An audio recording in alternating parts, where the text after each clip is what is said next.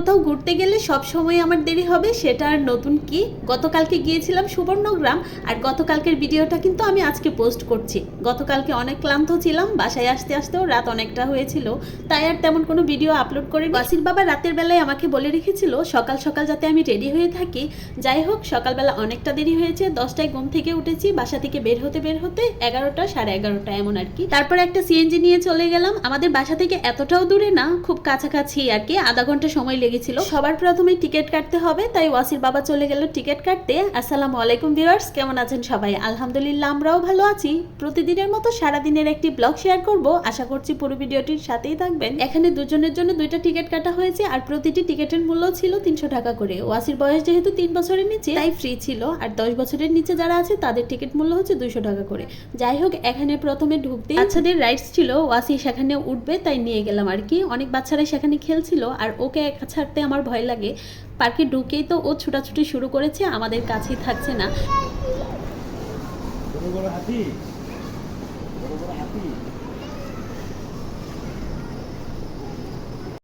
ওয়াসিকে দেখে তো মনে হচ্ছিল সে আরো কয়েকবার এখানে এসেছে, এতটাই খুশি ছিল। সে হাতির কানে দৌড়ছে, লেজে দৌড়ছে, আবার সুরের মধ্যে দৌড়ছে, তার বাবাকে দেখাচ্ছে হাতি। মানে আজকে সে অনেক খুশি, অনেকগুলো হাতি দেখেছে একসাথে। এখানে বাচ্চাদের জন্য অনেকগুলো রাইডস ছিল। ওয়াসি যেহেতু ছোট, সে কোনোটাতেই উঠতে পারছে না, মানে উপরেরটাতে বড় বড় বাচ্চারা উঠছে, সে তার মতো করে খেলা করছে। প্রথম দিকে তো আমি ভয়ে ভয়ে ছিলাম ছেলেটা কিনা ব্যথা পাই, তারপর 1-2বার যখন তার বাবা দেখিয়ে দিয়েছে, মাশাআল্লাহ, তখন সে সুন্দর করে খেলতে পেরেছে। তারপর চলে আসলাম পুকুর পাড়ের দিকে। এটাকে আমি পুকুর বলবো না দিঘি বলবো তাই বুঝতে পারছি না। আশেপাশের পরিবেশটাও ছিল খুব সুন্দর, আর আমরা যখন গিয়েছিলাম তখন এত লোকজনও ছিল না। আমরা তো এখানে আমাদের মতো বেশ সময় কাটাচ্ছি, আর ওয়াসি তো ওয়াসির মতো করে দৌড়াচ্ছে। যাই হোক, বাচ্চাদের জন্য কিন্তু আরো বেশি ভালো লেগেছে।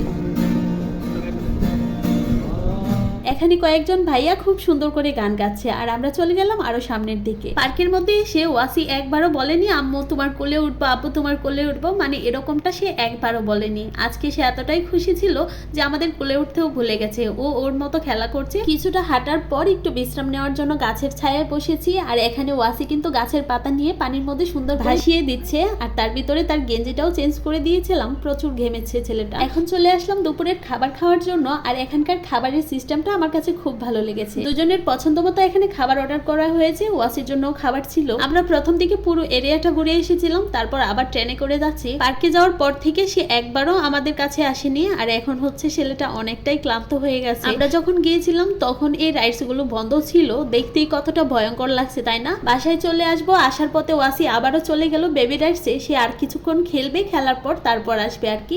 যাই হোক, ও ওর মতো করে খেলা করছে, আমি এখানে বসে বসে দেখছিলাম আর কি। বাচ্চারা যদি কোথাও খেলাধুলার জায়গা পায় তাহলে কিন্তু তারা বাসায় আসতে চায় না। আর ওয়াসি দেখেন তার বাবা দাঁড়িয়ে আছে, বাসায় যাব আমরা, সে বলছে আরেকটু আরেকটু এমন করে বলছে আর কি। সে কিছুক্ষণ খেলা করছে, আবার যাচ্ছে, তার বাবা দাঁড়িয়ে আছে, আর দেখেন জোড়াজুড়ি করে নিয়ে আসছে আর কি। আজকের ভিডিওটি এ পর্যন্তই। কেমন হয়েছে কমেন্ট করে জানাবেন।